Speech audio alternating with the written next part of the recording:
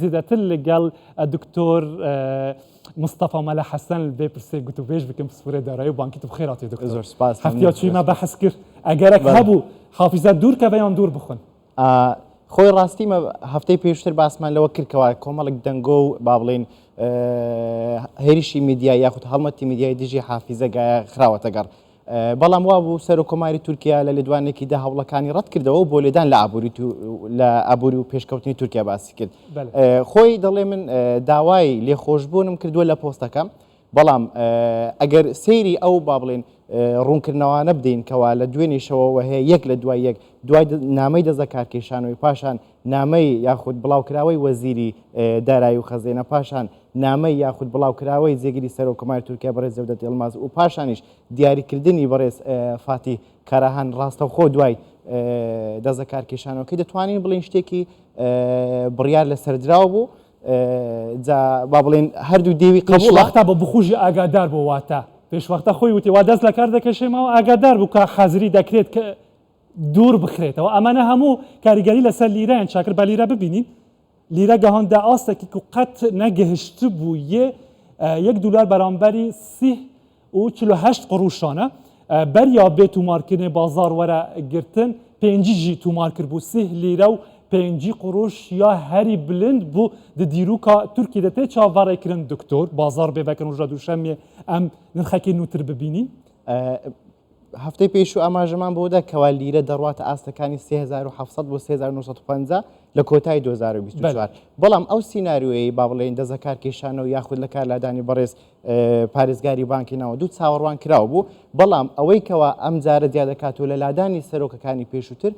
بڕیارەکە تەوقیتی لادانەکە بۆ واتە ڕۆژی هەینی دوای داخستنی بازارە داراییەکان بازار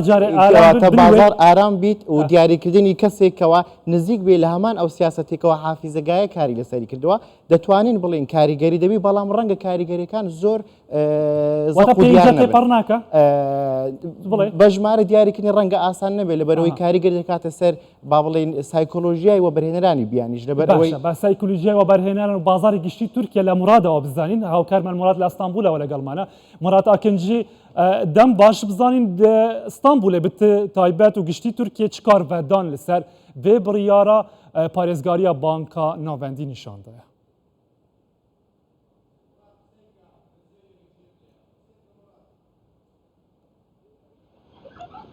Murat dengê min geşte ez ji te re dubare bikim pirsa xwe Murat Akincî nûçegehanê me li Stenbolê ye nû weke nûçegehan dest bi kar dibe û dengê min nageye hazir nebû jî Doktor hazir nebû Murat ez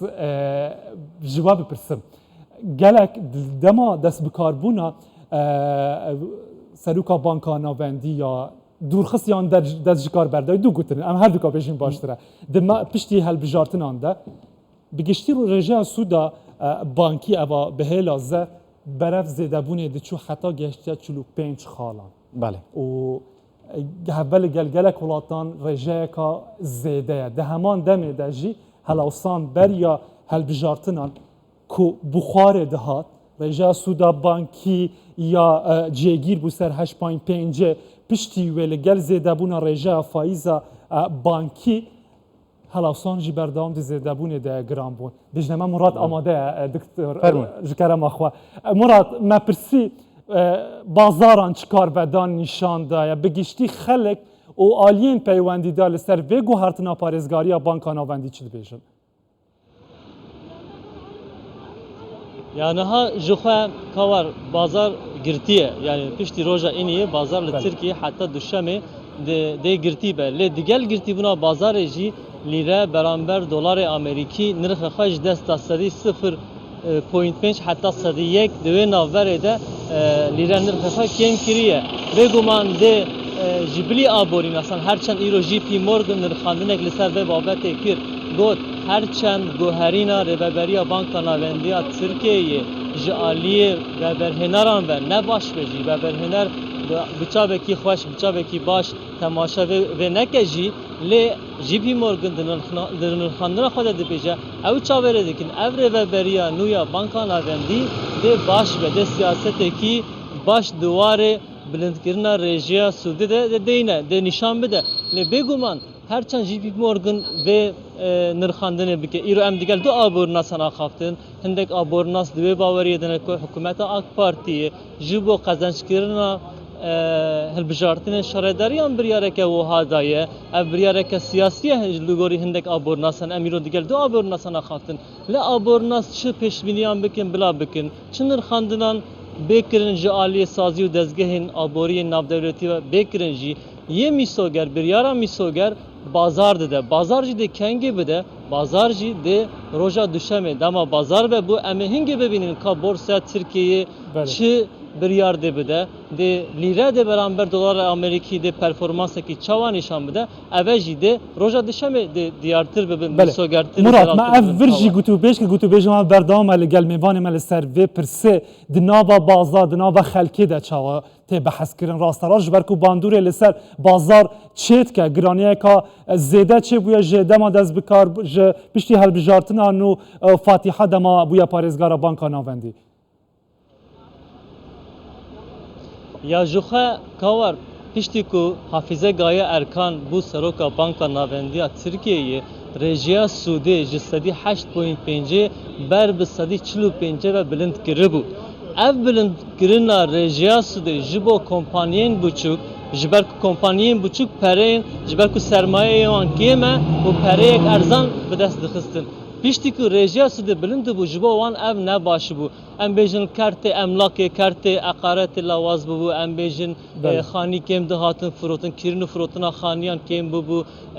bazar lawaz bûbû. Yani ev ji xwe bilindkirina rêjiya Sûdê li ser bazara Tirkiyeyê bandoreke neyînî kiribû. Hindek aliyên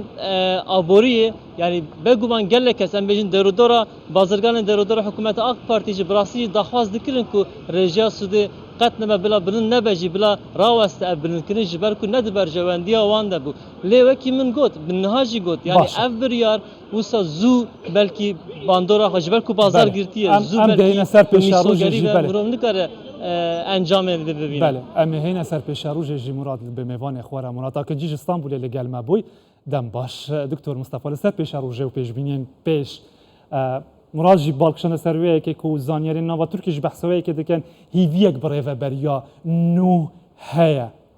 گوتناتل سروی هیویه چیه دما فاتحش دست بکار بو هیویه کمازن هبو ڕاستە خۆی کاتی دەست بەکاربوونی بەڕێز حافیزگایە بینیمان با بڵێن سیاسەتەکانی بانکی ناوەندی و هەروە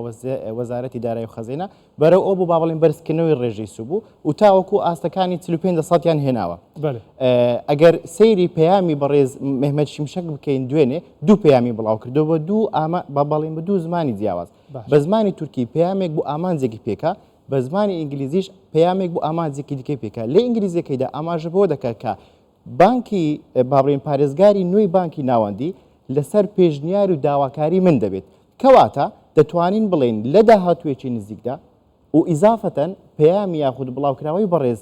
جێگیری سەرۆکۆماری تورکیا جەودەت ئێلماس کە دەڵێ سیاسەتی دارایی ئێمە لە بۆ مەودای مامناوەند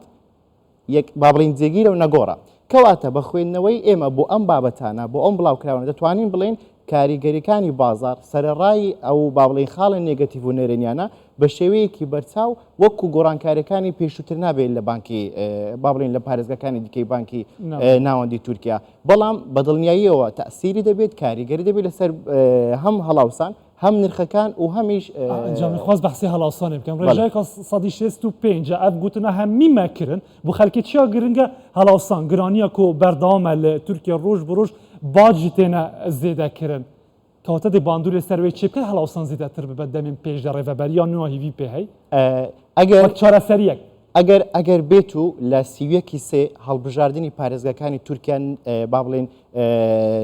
نەکرابایە ئەوە خوێندنەوەی ئێمە بۆ ئەم ڕێژە هەڵاوسانەوە بۆ ئەم ڕێژەی نرخیسوە جیاواز دەبوو بەڵام لە ئێستادا ئەگەر هاتبە و حافیزەگایەش دەزە کارکێشانەوەی پێشکەش نەکردبایە هەڵاوسان بەرەو بەرزبوونەوە دەڕۆی ناسەقامگیریەکان زیادیان دەکرد لەبەر ئەوەی ئەم هەڵبژاردنێکی زۆر گرنگە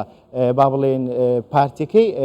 بەڕێز سەرۆکۆماری تورکیا لە هەوڵی بەدەستێنانەوەی پارێزگای ئیستانبولدایە لە هەوڵی بەدەستێنانی پارێزگای ئەنکەڕەدایە کەواتە ئەم گۆڕانکاریانی بانکی ناوەندی لەگەڵ ئەم هەوڵانەی بەڕێز سەرۆکۆماری تورکیا بۆ بەدەستێنانی زۆرینەی دەنگەکان لە هەڵبژاردنەکانی پارێزگاکان پێمان دەڵێ کە ناسەقامگیریەکان تاوەکو مانگی چار سەرەتای مانگی چار بەردەوام دەبن هەڵاوسان لە بەرز بنەوە دەبی نرخەکان جێگیر نابن. قال لك سباس دكتور مصطفى مالا حسن شرزي دارای بانکی سپاس با آماده بودن.